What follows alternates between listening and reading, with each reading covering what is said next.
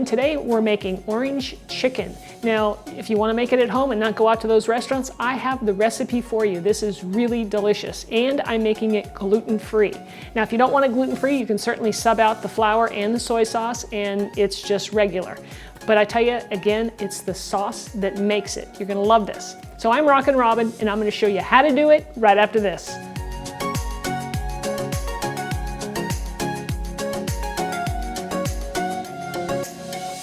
All right, so let's go over our ingredients. First up, we have some skinless, boneless chicken thighs, which I've trimmed up.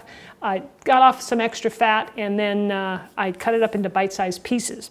For that, we'll also need some cornstarch, some flour. Now I'm using Bob's Red Mill 1-to-1 baking flour, which, you know, if you want to use regular flour, you can. We have an egg and some salt, and we'll be cooking this up in avocado oil. I like avocado oil because it's very mild in flavor, and you can cook into temperatures up to 500 degrees Fahrenheit. Now for our sauce, the best part, we're going to be using an organic orange because we're going to be using the zest and the juice from the orange, as well as some orange extract. That's really going to boost the flavors. There's going to be no doubt in your mind that this is orange chicken. We'll need some brown sugar. I'm using Tamari sauce, which is a gluten-free version of soy sauce, rice vinegar, some water, sesame oil. We have some minced ginger, red pepper flakes, green onion that I've diced up nice and fine, and to thicken that sauce up, we're going to use a little bit more cornstarch. We're going to start off by making our sauce. So I'm going to put almost everything except for the cornstarch into this saucepan. We're going to start with my orange here. We're going to zest the whole orange. I think we got most of the zest now. Might want to scrape that out of there so that you don't miss anything. Now we're going to juice the orange. It's better to zest it first before you squeeze the juice out of it. Just makes it a lot easier. Next goes our orange extract. Now remember, we're using just a tiny bit of this. I'm using 1/8 of a teaspoon. We don't need a lot. A little goes a long way. Next is our brown sugar, rice vinegar, tamari sauce, water. Now sesame oil, this stuff makes things taste amazing. You don't want to overdo it though. I'm only putting like a nice full 1/2 teaspoon. You could go up to maybe 1 full teaspoon, but I like it right at about 1/2. It's powerful stuff, but it's just delicious. Here's our ginger, the green onion, and the red pepper flakes. And these you can vary how many you put in. I don't like it super spicy, but I like that little hit of heat right at the end where you just kind of notice it, but it doesn't overpower your dish. Now we're going to take this over to the stove, and we're going to cook this, bring this to a boil, and then turn it down and let it simmer for about 2 or 3 minutes.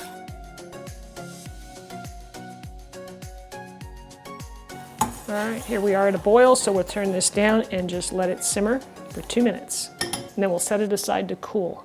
I also have a pot of rice back here, white rice, that I'm going to serve this up with, so you might want to do that as well. Next, we're going to work on our chicken. So I've got a bowl here. I'm going to put the flour and the cornstarch together. And we'll toss in that little bit of salt. Now you want to combine this up. Now that's ready to coat our chicken. Scramble up your egg. So here's our setup. I have a wire rack here where the chicken, when it's done, is going to rest right on here. We're going to cover it with foil. I've got my sauce back here. I have my rice over here.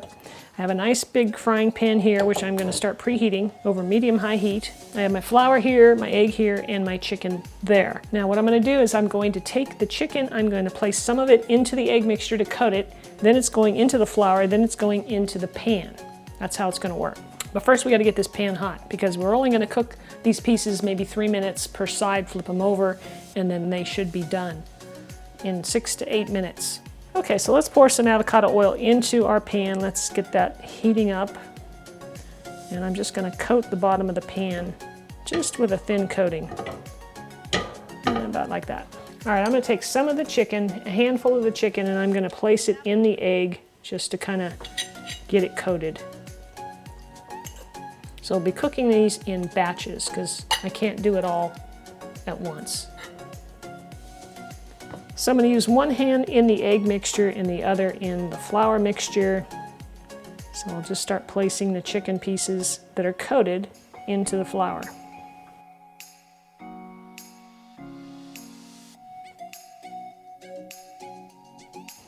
And then you can take a spoon and to help coat it. So we'll place the pieces in the pan and try not to overcrowd them. We want them to have plenty of room between them.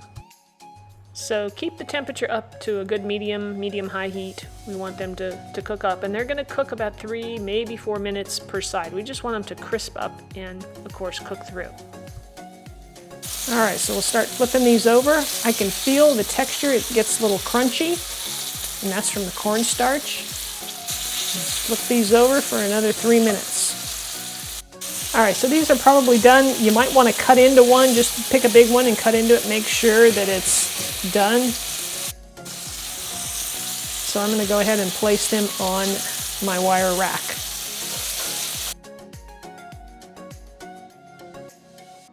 And then we'll cover them with a piece of foil to keep them warm.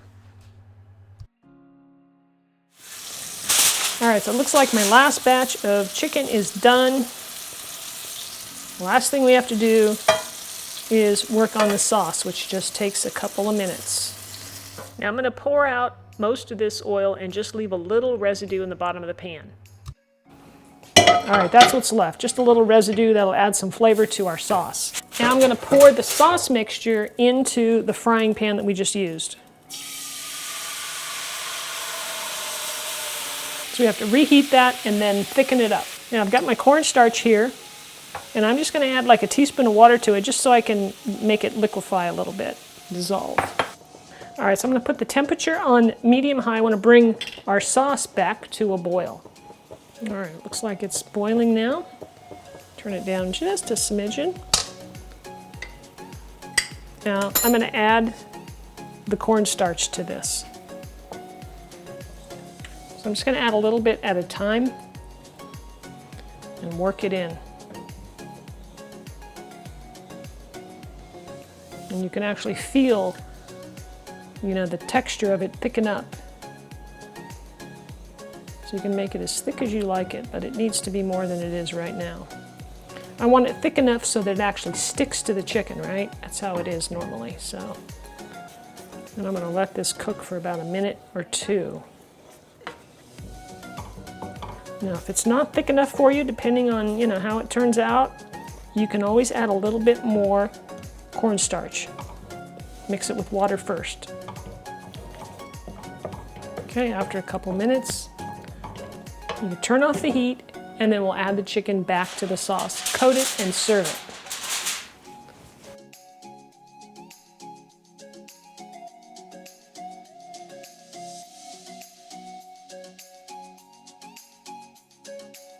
Now, wasn't that pretty easy to make? I mean, it doesn't take that much time really at all. And like I said, I have some rice here, so I'm going to serve it up with some rice. I put chicken broth in my white rice instead of water, just because it's more flavorful. That's why my rice looks kind of yellow instead of white. And then our orange chicken. Wow, this looks great. Look at that. Can't wait to dig in.